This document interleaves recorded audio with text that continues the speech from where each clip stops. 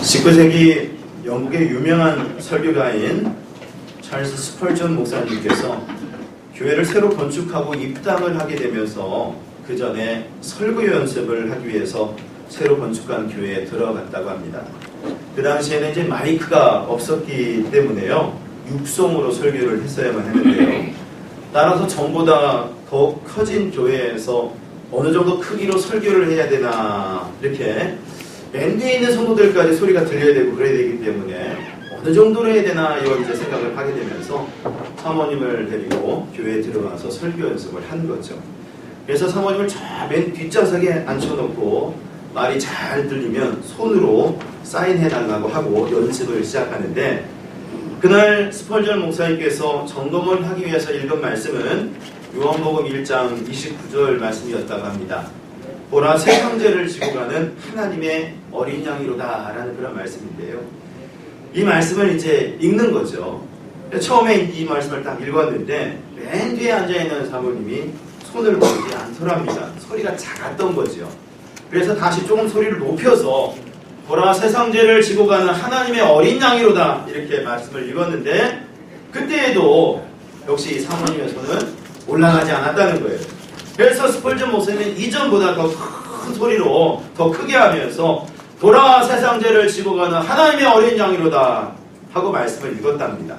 그러니까 비로소 이 사모님의 손이 올라가더라는 거예요. 그래서 그 모습을 보고 아하, 이만한 소리로 설교를 이제 해야 되겠구나, 이 정도 크기로 해야 되겠구나 생각을 하고 교회를 나오려고 했다는 겁니다. 여러분, 이 모습을 한번 생각해 보십시오. 미리 준비하면서 열심히 있는 모습 생각해 볼 수가 있겠지요. 그런데 바로 그때요, 지붕에서 일을 하고 있던 인부가 아직 다 끝나지, 그 건물이 다 지어진 게 아니다 보니까 이제 그 공사를 하고 있었는데 인부가 하나 있었어요. 근데 이분이 갑자기 교회 안으로 급속하게 들어오더랍니다.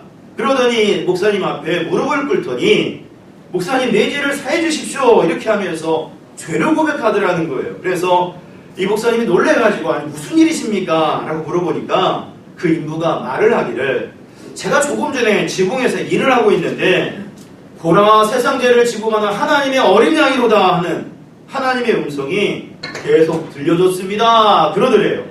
그래서 이 목사님이 웃으면서 뭐라고 그랬겠습니까? 예, 그것은 제가 소리 점검을 하기 위해서 제가 말한 겁니다 그렇게 말을 했는데, 이 인부는요 한사코 아니라고 그러면서 설령 그게 목사님의 음성이었다 할지라도 저에게는 하나님의 음성으로 들렸습니다.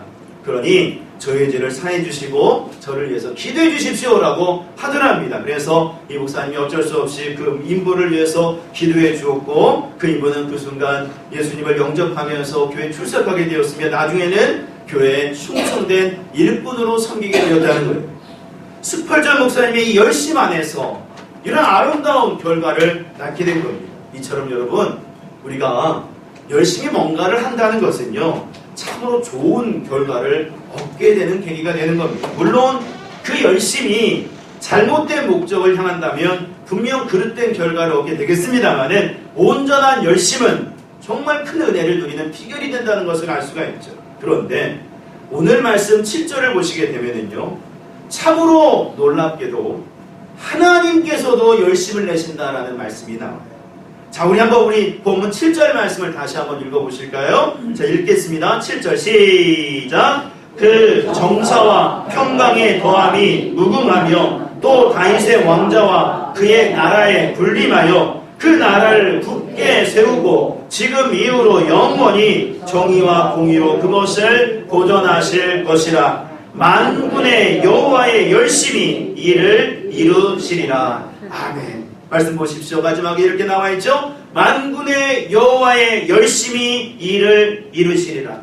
무슨 말입니까? 하나님께서 열심으로 뭔가를 행하신다는 거죠. 하나님께서 열정적으로 뭔가를 행하신다는 거예요. 그러면 구체적으로 하나님께서 뭘 열심히 행하신다는 것일까? 그 내용을 우리가 생각해 보려 할 때 오늘 함께 읽으신 말씀은 바로 우리에게 그 열심인 모습을 우리 하나님께서 열심으로 행하셨다는 그것을 바로 확인해 주고 있습니다. 자, 그러면 어떻게 증거하고 있습니까? 자, 오늘 본문의 6절 말씀을 다시 함께 읽어보셨으면 좋겠는데요. 자, 함께 읽겠습니다. 시작! 이는 한 아기가 우리에게 낳고 한 아들을 우리에게 주신 바 되었는데 그의 어깨에는 정사를 메었고 그의 이름은 기묘자라 모사라 전능하신 하나님이라 영존하시는 아버지라 평강의 왕이라 할 것이니라. 아멘. 말씀 보니까 하나님께서 뭔가를 앞으로 이루시겠다라고 하시는 약속의 말씀입니다. 이사야 선지자를 통해서 주시는 예언의 말씀이죠. 그런데 하나님께서 지금 말씀하시는 것은 보니까 한 아기가 우리에게 낳고 한 아들을 우리에게 주신 바 되었는데 라고 하시면서 앞으로 태어나게 될 아이에 대해서 누군가 태어나게 될 것이라 라는 것을 말씀하고 계십니다. 그러면서 이 사람이 행하게 될 역할을 계속해서 말씀하시는데 잘 보니까 이 사람이 보통 그냥 사람이 아니라 뭔가 특별한 일을 행하는 특별한 사람이라는 것을 증거를 해주고 계십니다. 왜냐하면 말씀에 보니까 그의 어깨에는 정사를 메었다고 그랬잖아요. 곧 이 얘기는 뭡니까? 통치자가 된다는 거예요. 그러면서 또 어떤 이름을 갖고 있느냐면 기묘자 모사라는 이름을 가지게 된다는 겁니다. 이 경이롭고 놀라운 상담자와 같은 그런 사람이 될 것이다 라고 말씀하고 있어요. 따라서 여기까지 이 말씀을 이렇게 읽게 되면 이 사람은 앞으로 나타나게 될 어떤 통치자, 특별한 어떤 왕을 의미하나 보다, 이 정도로 우리가 생각해 볼 수가 있을지도 모르겠습니다. 그런데 6절 말씀을 잘 보실 때요, 이 다음부터 말씀을 보시게 되면 문제가 좀 복잡하게 돼요. 왜 그러냐니까 어떤 한 사람에 대해서 말하고 계시는데 그 다음부터 뭐라고 그 이름을 말하고 있느냐면 전능하신 하나님이다 그러시거든요. 또 영존하시는 아버지가 된다고 하십니다. 사람인데 전능하신 하나님이 되고 영원하신 아버지가 된다라고 말씀하고 있어요. 그러니 여러분 어떻습니까? 이 말씀을 보면 볼수록 이제는 혼란스럽게 되는 거죠. 왜냐하면 아무리 강력하고 능력 있는 왕이 나타난다, 어떤 통치자가 나타난다 할지라도 그는 사람일 뿐입니다. 그저 사람일 뿐이지요. 그런데 어떻게 이렇게 하나님이 된다고 하고 영존하시는 아버지가 된다라고 할 수가 있겠습니까? 말이 안 되는 겁니다. 그런데 분명하게 지금 하나님은 이 말씀을 하고 계시거든요. 정말 분명하게 한 아기, 한 아들이 오게 될 것이고 통치자가 될 것이며 기묘자, 모사, 전능하신 하나님, 영존하시는 아버지, 평화의 왕이 될 것이다 라고 말씀하고 있습니다. 그리고 더불어 7절 말씀 함께 읽으셨습니다마는 그를 통해서 그 나라가 견고하게 세워지고 보존될 것이라고 하십니다. 분명하게 이것을 약속하고 계셨어요. 그래서 여기서 말하고 있는 이 사람이 이분이 누구일까? 분명히 하나님께서 말씀하고 계시는데 이게 누구일까라고 하는 의문을 가질 수밖에 없어요. 그런데 여러분, 이 사실을 아십니까? 우리가 믿는 하나님, 정말 거룩하시고 전능하신 하나님이십니다. 그런데 여러분, 우리 하나님에게도요 약점이 있으시다는 거 아십니까? 우리가 모든 사람들 보면 다 완전한 것 같지만 그러나 다들 한 가지씩, 아니 더 이상으로 약점들이 있지 않습니까? 그런 것처럼 우리 하나님에게도 약점이 있어요. 무슨 약점이 있을까요? 보니까요, 첫 번째로는 세 가지 약점이 있다고 볼 수가 있는데, 첫 번째로는 무슨 약점이냐면 하나님은 거짓말을 못하십니다. 거짓말을 못하세요. 절대 거짓을 말하지 않으십니다. 말씀하시면 진리만, 진실만을 말하시죠. 두 번째 약점은 바로 뭐냐? 한 번 하신 약속은 취소하거나 파기하지 않으십니다. 사람은 이 핑계 저 핑계로 핑계를 대면서 약속을 파기하거나 아니면 얼렁뚱땅 넘어갈 수도 있습니다. 그런데 우리 하나님은요, 말씀하신 약속은 취소하거나 파기하지 않으시고 꼭 지키시죠. 약속을 지키시는 하나님. 그리고 세 번째 약점이 있으신데 그건 한 번 사랑에 빠지면 헤어나오지를 못하신다는 겁니다. 사랑에 빠지는 대로 그 사랑을 계속 이어가신다는 겁니다. 그래서 그 사랑 안에서 어떻게든 하나님의 형상으로 지음받은 우리들을 구하시려고 역사하시게 되는데 그 결과로 오신 분 누구이십니까? 바로 우리 예수님이시죠.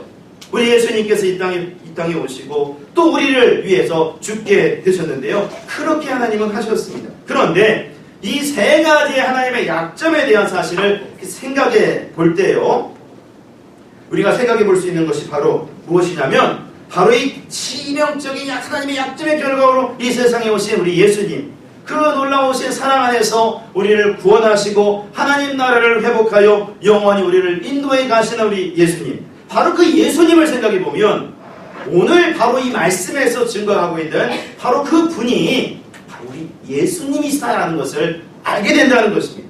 왜냐하면 우리 예수님은 여기에 증거되고 있는, 오늘 말씀이 증거되고 있는 하나님께서 하나님의 그 열심으로 이루시겠다라고 약속하시며 말씀하신 모든 것들을 충족하고 계시는 그런 우리 예수님이시기 때문에 그렇습니다. 곧 보십시오. 먼저 한 아기가 우리에게 낫보라고 하시는데, 이 얘기는 아기가 태어난다고 어떤 한 사람의 자손으로서 태어나게 될 아기를 말하고 있습니다. 특히 지금 통치자를 언급하는 걸 보니까 다윗의 후손으로 오게 될 어떤 아기를 말합니다. 그런데 여러분, 우리 예수님 한번 보시기 바랍니다. 예수님은 분명 다윗의 자손으로 이 땅에 태어나셨습니다. 그냥 하늘에 뚝 떨어진 게 아니라 뭐 아래서 깨어나고 이런 것들이 아니라 다윗의 자손으로 요셉과 마리아 사이에서 한 아기로 태어나셨습니다. 베들레헴 마곡간에서 가난하고 힘들게 태어나셨습니다. 그리고 그때 목자들과 통방박사가 예수님의 태어나심을 보고 증거를 하게 되지요. 이렇게 예수님은 분명하게 다윗의 자손으로 한 아기로 오셨습니다. 그래서 오늘 이 말씀의 사실을 그대로 이루어 가셨죠. 그리고 본문은 보십시오. 한 아들을 우리에게 주신 바 되었는데 라고 하시는데, 여러분, 이 아들이라는 의미는 단순히 아들이냐 딸이냐 이것을 의미하는 것이 아니라 하나님의 아들을 의미한다고 볼 수가 있습니다. 하나님의 아들. 그러니 이 아들은 하나님과 동등하게 여겨진 하나님이 되시겠지요. 바로 그분이 이 땅에 오신다는데, 그런데 보십시오. 이와 같은 전제 아래서 우리 예수님을 보십시오. 마가복음 1장 2절에도 보니까 하나님의 아들 예수 그리스도의 복음의 시작이다 라고 말씀하고 있는 것처럼 분명 우리 예수님은 하나님의 아들로서 이 땅에 육신의 몸을 입고 오셨습니다. 하나님이신 예수님께서 이 땅에 오시게 되셨다는 겁니다. 그래서 이 말씀을 온전하게 이루어 주셨죠. 또 말씀은 그분의 어깨에 정사를 메었다고 하는데, 이건 완벽한 통치자가 되어서 모든 것을 다스린다는 겁니다. 세상의 모든 것과 우리 인생의 모든 것들을 다스린다는 거예요. 그런데 이것도 보세요. 여러분, 말씀 골로새서 2장 10절을 보시게 되면 이런 말씀이 있는데요. 자, 우리 한번 골로새서 2장 10절 말씀 한번 같이 함께 큰 소리를 읽어보실까요? 읽겠습니다. 시작! 너희도 그 안에서 충만하여졌으니 그는 모든 통치자와 권세의 머리시라. 예수님을 증거하고 있는 이 말씀 속에서 분명 예수님은 모든 통치자와 권세의 머리가 되신다고 합니다. 이는 모든 것들을 다 다스리시고 이끄시는 분이라는 것을 확실히 증거하고 있죠. 이렇게 예수님은 완벽하게 이 약속의 말씀을 이루신 분이 되고 계세요. 이뿐만 아니라 오늘 말씀에 보니까 그분의 여러 이름이 나오게 되는데, 먼저 보십시오. 여러분, 기묘자라고 하죠. 기묘자. 여러분, 이 영어로 이 기묘자라는 의미는 원더풀이라는 그런 말입니다. 그러니까 참으로 놀라운 그런 일을 행하신 그런 분이시다라는 그런 의미가 될 텐데, 그런데 한번 생각해 보십시오. 우리 예수님 두말할 것이 없이 정말 놀라운 일을 행하신 분이시잖아요. 곧 먼저는 우리 예수님 얼마나 많은 병자들과 아픈 이들을 고쳐주셨습니까? 앞을 보지 못하는 소경들과 중풍병자들, 38년 동안 병이 들어 고통받았던 환자와 10년 동안 혈루증으로 고통받았던 그 여인, 이처럼 예수님은 모든 아픔 가운데 거하는 모든 사람들을 고쳐주셨습니다. 또 물고기 2마리와 떡 5개로 5,000명을 먹이시는 그런 기적을 행하시고, 또 7병이요 곧 떡 7개와 물고기 2마리로 4,000명을 먹이는 기적도 행하셨습니다. 물을 포도주로 만드시고 무리를 거르시고 풍랑을 잠잠케 하시고 심지어 죽은 자도 살리시는 놀라운 일을 행하셨죠. 그리고 결정적으로 십자가에 죽으시고 부활하셔서 죄인된 우리를 구원하셔서 하나님의 자녀 삼으시고 천국에서 영생을 얻게 하도록 하시는 놀라운 일을 행하셨습니다. 이렇게 예수님은 기묘자, 즉 놀라운 일을 행하신 분이십니다. 완벽하게 약속을 이루어 가신 분이시라고 할 수 있지요. 또 그의 이름이 모사라고 했는데요. 여러분 이 모사, 그리고 이 모사꾼이라는 말이 있기 때문에 조금 안 좋게 들려질 수도 있는데 이 모사란 말이요 영어로는 카운셀러라는 그런 말입니다. 그야말로 모든 문제를 잘 해결할 수 있도록 가르쳐주는 상담자라는 그런 의미가 되는데, 그런데 여러분 우리 예수님을 한번 생각해 보세요. 얼마나 놀랍게 모든 사람들을 대하시며 상담해 주시고 그 문제를 해결해 가셨습니까? 정말 최고의 상담자는 바로 우리 예수님이라고 할 수가 있는데, 예를 들어 여러분 요한복음 3장을 보시게 되면 한 사람이 등장하는데 그는 바로 바리새인이면서 유대인의 지도자였던 니고데모라는 사람이었습니다. 근데 이 사람이 영생에 대해서 굉장히 관심이 많았어요. 근데 만족하지 못하는 겁니다. 그 답을 찾지를 못했어요. 그런 상황 속에 예수님께서 복음을 증거하시니까 그 문제에 대해서 이제 해결을 좀 얻어보고자 상담을 하기 위해서 밤에 찾아오는 겁니다. 그럴 때 우리 예수님께서 얼마나 자세하게 그리고 차분하게 따뜻하게 그 모든 문제에 대해서 설명해 주셨는지요. 예수님은 이때 이런 말씀하셨습니다. 물과 성령으로 거듭나야 하나님 나라에 들어갈 수가 있다. 하나님이 보내신 자, 그 독생자를 믿을 때 영생을 얻게 된다 하시면서 이 영생의 문제에 대한 명쾌한 답을 해주셨습니다. 그래서 니고데모는 이 영생에 대한 해답을 듣고 돌아갈 수가 있었죠. 이처럼 예수님은 최고의 상담자로서 모든 것을 말씀해 주시며 이끄시는 분이십니다. 진정 구원과 영생의 문제, 건강의 문제, 가정의 문제, 나라의 문제, 자녀의 문제, 직장 문제, 사업 문제, 진로 문제, 모든 우리가 겪을 수 있는 여러 문제 속에서 그 해답을 주시는 진정한 카운셀러라고 말씀드릴 수가 있죠. 그리고 지금도 그 일을 행하고 계신다는 겁니다. 따라서 생각해보면 이 모사, 상담자가 되신다는 것은 바로 우리 예수님에게서 온전하게 이루어진 것이구나 라고 하는 것을 생각해 볼 수 있다는 것입니다. 또 그 다음 그분의 이름이 나오는데 뭐라고 나옵니까? 전능하신 하나님이다 그랬어요. 전능하신 하나님. 여기 전능하신 하나님이라는 그런 말은요, 일반적으로 구약 성경에 보시면 전능하신 하나님은 엘샤다이라고 말을 합니다. 그런데 여기서는 깃보르로 다르게 표현되기도 하고 있는데요, 이 의미는 대적을 물리치시는 하나님이라는 의미가 있어요. 전능하신 대적을 이기시는 하나님. 그러니까 그렇게 이기게 하셨다는 거예요. 근데 잘 보세요. 우리 예수님을 보시면 마가복음 9장을 보셨을 때 한 아버지가 귀신 들린 자기 그 아들을 고치기 위해서 예수님을 찾아오지 않습니까?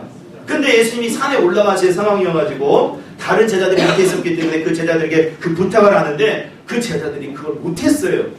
쫓아내지 못한 겁니다. 그래서 실망하게 될 때 나중에 예수님이 이제 오셨을 때 그 아버지가 이런 말을 하지 않습니까? 무엇을 하실 수 있거든 우리를 불쌍히 여기사 도와주옵소서. 무엇을 하실 수 있거든. 이게 무슨 말이에요? 뭔가 하실 수 있는 게 있으면 한번 해보십시오. 이런 말 아닙니까? 완전히 믿음이 없고 확신 없는 그런 말인데 그런 말을 합니다. 그때 예수님께서 여러분 뭐라고 하셨습니까? 여러분 잘 아시는 말씀인데 마가복음 9장 23절이에요. 자, 우리 한번 같이 함께 이 말씀 읽어보겠습니다. 마가복음 9장 23절 시작. 예수께서 이르시되 할 수 있거든이 무슨 말이냐? 믿는 자에게는 능히 하지 못할 일이 없느니라 하시니. 아멘. 믿는 자에게는 능히 하지 못할 일이 없다.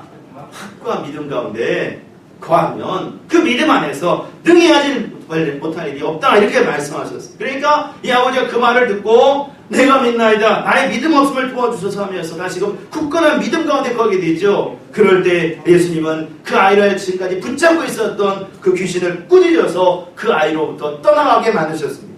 완벽하게 대적을 이기시는 모습을 이루어 주셨죠. 이렇게 예수님은 귀신도 물리치고 병마도 물리치고 원수도 물리치시는 그런 분이십니다. 진정한 전능한 하나님이신 거죠. 그래서 오늘 말씀에 나오는 것을 그대로 이루신 분이시다라는 것을 우리가 알게 되는 것입니다. 또 말씀을 보시게 되면 그분의 이름은 영존하시는 아버지다 그랬어요. 이 영존하시는 아버지란 히브리어로 아드아바라는 그런 말인데 영생의 근본이신 분이라는 그런 뜻이 됩니다. 영원한 생명의 근본이 되신다는 거예요. 그래서 생명을 주관하시고 보호하시며 인도하신다라는 그런 의미가 되는데, 그런데 우리 예수님 보십시오. 우리 예수님 어떻습니까? 영원전부터 영원까지 살아계시면서 우리를 영원한 생명으로 이끄시고 우리의 생명을 주관하신다는 것을 우리가 알고 있지 않습니까? 우리를 보호하시며 이끄신다라고 하는 거죠. 그래서 여러분 잘 보세요. 예수님을 만난 사람, 예수님이 붙잡아준 사람은 생명 가운데 살게 되었던 것을 우리가 알 수가 있어요. 여러분 물에 빠졌던 베드로 한번 생각해 보십시오. 예수님이 손잡아줘가지고 나오게 된 거 아닙니까?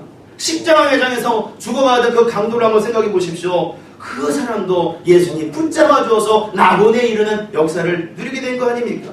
이렇게 우리 예수님은 우리의 손을 영원히 놓지 않으시고 우리를 붙잡아 주어서 영원히 살게 하시는 분이십니다. 그래서 오늘 말씀에 나오는 이 분이 바로 예수님이시구나라고 하는 것을 우리가 알게 되는 거죠. 그리고 마지막으로 나오는 이름이 뭡니까? 바로 평강의 왕인데, 여러분 이 평강의 왕, 샬롬, 산살롬, 그러니까 평강을 더해 주시는 분이라는 그런 의미가 됩니다.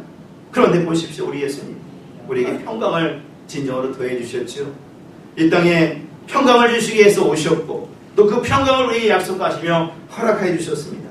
정말 세상이 줄 수 없는 평안, 세상이 줄 수 없는 평강을 우리에게 허락해 주셨습니다.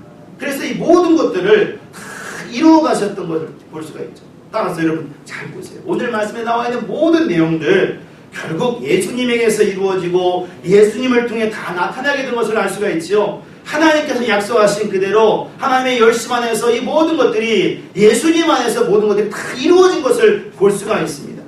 하나님의 열심 속에서, 만군의 여호와의 열심 속에서 그만큼 우리를 사랑하시는 하나님의 뜻 안에서 모든 것이 이루어진 것입니다. 그러니 여러분 어떻습니까? 이 사실을 생각할 때 어떻습니까? 정말 우리가 모두가 진정으로 기뻐하고 놀라워하며 감격하고 감사해야 되지 않겠습니까? 그 놀라운 약속 가운데 우리 가운데 오신 그 예수님을 생각하면서 우리 예수님이 이루시는 그 은혜를 바라보면서 나아가는 삶이 되어야 되지 않겠습니까? 아멘. 특히 7절 말씀을 다시 보시면 제가 읽어드립니다. 여러분 눈으로 같이 따라 읽어보세요. 그 정사와 평강의 도함이 무궁하며 또 다윗의 왕자와 그의 나라에 군림하여 그 나라를 굳게 세우고 지금 이후로 영원히 정의와 공의로 그것을 보존하실 것이라. 아멘. 무슨 말입니까? 이 땅에 오신 예수님이 정사와 평강을 더해주신다. 곧 우리를 통치하시며 이끌어가시며 우리를 평강으로 인도하신다는 거 아니겠어요? 또 이 땅에 오신 예수님을 위해서 그 나라가 굳게 세워진다고 하는데, 달리 말하면 우리의 나라와 가정과 개인의 모든 삶 가운데, 모든 것 가운데 주님 안에서 이 모든 것들이 굳게 세워진다는 그런 말씀입니다. 그리고 이 땅에 오신 예수님을 위해서 정의와 공의가 영원히 보존된다. 곧 주님의 뜻이 계속해서 증거되어져 온전하게 이끌어 가신다는 그런 말이에요. 주님께서 역사하시면서 모든 걸 이끌어 가신다는 그런 말입니다. 그러면 어떻습니까? 이런 놀라운 주님의 약속과 은혜 가운데 우리 모두가 그 은혜를 누려가는 삶이 되어야 되겠죠. 먼저는 우리 주님의 오심, 이 땅에 오신 하나님의 아들 예수님으로 인해서 기뻐하며 또 주님이 약속하신 놀라운 약속을 바라보면서 은혜와 능력의 역사를 누려가는 삶이 되어야 된다는 것입니다. 아멘. 그런데 생각해보면 이제 성탄절이 여러분 한 주 남았고 우리는 지금 주님 오심을 기다리는 시간을 보내고 있는데, 잘 보면은요 이 성탄절을 보내는 우리들의 모습을 가만히 생각해 볼 때 마치 이런 모습과 같다는 생각이 들어요. 마치 그 모습이 돌잔치에 참여한 것 같은 그런 모습이 들 때가 있습니다. 여러분 돌잔치에 가시면 어떻습니까? 미국은 조금 약간 다르기도 합니다만은 이 돌잔치에 가면 어떻죠? 예, 그 아이가 어떤 모습이고 또 잘 자랐는지 지금 뭘 좀 바라고 그러는지 관심하는지 이런 것들에 대해서 생각해 보기보다는 빨리 뭐 하기를 원합니까? 먹고 가는 것을 원합니다. 빨리 먹고 가는 것을. 그렇죠? 그래서 이 잔치 같은 걸 하게 되면 아이는 아이대로 고생하고 어른은 어른대로 고생하고 그렇게 끝나는 경우가 참 많아요. 그런데 꼭 우리들의 모습이, 주님 오심을 기다리는 우리들의 모습이 이런 모습이 되고 있지는 않을까 생각해 보면서 다시금 우리들은 무엇보다 우리에게 기묘자로, 모사로, 전능하신 하나님으로, 영존하시는 아버지로, 평강의 왕으로 오신 예수님을 다시금 바라보며 나가는 우리 모두가 되어야 될 줄로 믿습니다. 또 그 하나님의 열심 안에서 이 땅에 오신 예수님을 생각하며 하나님께 감사하고 하나님이 그 이루시는, 우리 주님께서 이루시는 그 역사를 늘 바라보며 나아가는, 온전한 믿음으로 나아가는 우리 모두가 되어야 될 줄로 믿습니다. 그래서 주님이 허락하신 은혜를 경험하시고 날마다 주님 안에서 승리하시는 저와 여러분들의 삶이 되어지시기를 예수님의 이름으로 축원드립니다. 기도하겠습니다. 하나님 아버지, 주님 오심을 기다리는 이때에 우리 주님은 우리를 사랑하시는 그 하나님의 열심 안에서 이 땅에 오셨습니다. 기묘자로, 모사로, 전능하신 하나님으로 영존하시는 아버지로 평강의 왕으로 오셨습니다. 그 놀라운 뜻 안에 그 의미를 생각하며 저희들 주님 오심을 기뻐하고 그 은혜 속에만 늘 나아갈 수 있는 우리 모두가 되도록 함께하여 주시옵소서. 진정으로 주님 의지하면서 주님 역사하시는 그 은혜를 경험으로 늘 승리하며 나갈 수 있도록 함께하여 주시옵소서.